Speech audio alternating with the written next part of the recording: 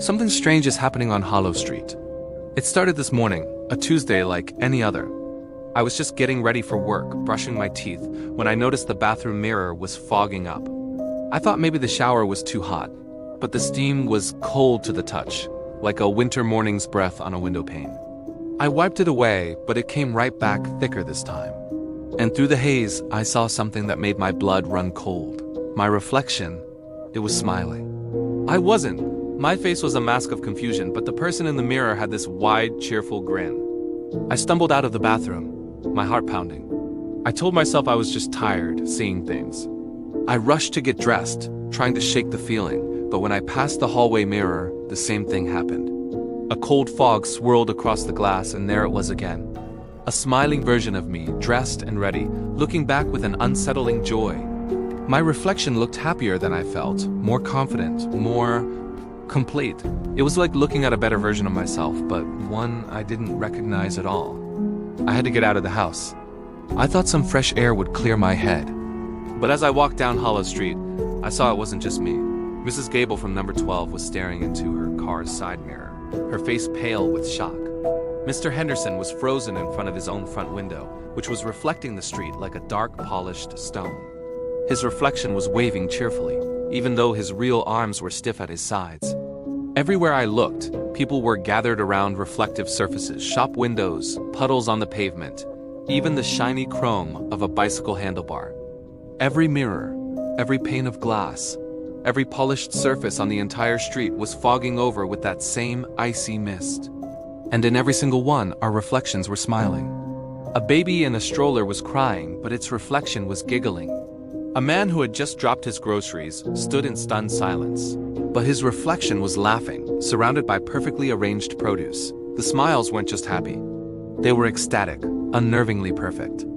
They looked like they knew a wonderful secret that we, the real people, were not privy to. It was a silent, street-wide takeover, and we were the unwilling audience.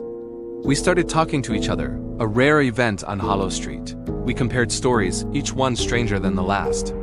Sarah, who runs the bakery, said her reflection started rearranging the pastries in the display case, creating patterns she'd never thought of. Old man Fitzwilliam swore his reflection tipped a non-existent hat to him. We were all experiencing the same impossible phenomenon. The reflections were not just smiling, they were living. They were moving independently, acting out small, happy moments while we were trapped in a state of growing fear.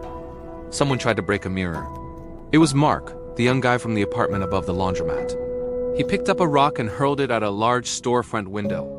The rock bounced off as if hitting rubber without leaving so much as a scratch. His reflection, however, flinched, then wagged a finger at him with that same infuriatingly cheerful smile. It was then we knew we were trapped. These weren't just reflections. They were something else. They were copies, but improved, happier copies. And they were on the other side of a barrier we couldn't break. As the day wore on, the reflections grew bolder. My own reflection started tidying up the messy room I'd left behind, humming a tune I couldn't hear. It looked so content. It picked up a book from my knitstand and started reading, its eyes full of genuine interest. It was living a better version of my life right in front of me. I felt a strange mix of envy and terror. Was that what I was supposed to be? Happy, organized, at peace? Why did seeing it feel so wrong, so threatening? We noticed something else as the sun began to set. The fog on the mirrors was getting clearer, but the world on the other side was becoming more detailed, more real. The reflections' homes looked warmer, their clothes looked newer, their world looked brighter. Our world, in contrast, felt like it was fading. The colors of Hollow Street seemed duller, the air felt heavier. It was as if they were draining the life from our reality to build their own perfect one. Now night has fallen on Hollow Street. We're all afraid to be near any reflective surface. We've covered our mirrors with blankets, turned our phones face down, but we can feel them. We can feel their constant, silent, smiling judgment from the other side of the glass. They are the us we always wanted to be, and they've appeared to show us how much we're failing. The fog is gone, the reflections are crystal clear now. They're going about their perfect evening routines. My reflection is sitting by a cozy fire I don't have, sipping a hot drink. And it's still smiling, but the smile has changed. It's not just happy anymore. It looks hungry. We don't know what they want or what happens next. Are they waiting for something? Will they try to cross over? Or are we fated to watch our better selves live out their perfect lives while ours slowly crumbles into gray? All we know is that on Hollow Street, you should never look in a mirror. You might not like the person you see, but you'll hate the one that smiles back. There's a darkness in their perfect light, a threat in their endless joy.